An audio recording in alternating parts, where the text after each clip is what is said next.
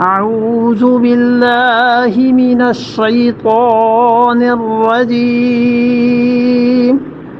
بسم الله الرحمن الرحيم واذكروا إذ أنتم قليل مستضعفون في الأرض تخافون أن يتخطفكم الناس فآواكم وأيدكم بنصره ورزقكم من الطيبات لعلكم تشكرون. وَاذْكُرُوا یاد رکھو مکی زندگی کو، اذ انتم جبکہ تم تھے قلیل تھوڑے سے تھے، چند ایک صحابہ کرام رضی اللہ عنہم تھے.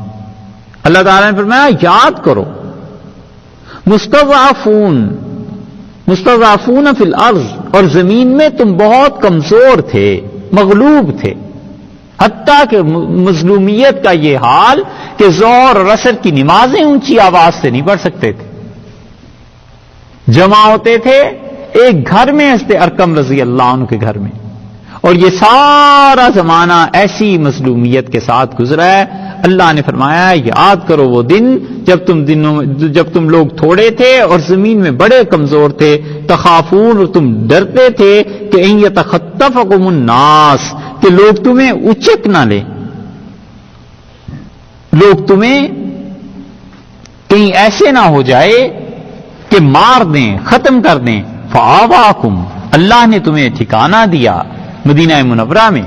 وَأَيَّدَكُمْ، اور اللہ نے مدد کی بِنَصْرِهِ، اپنی مدد سے.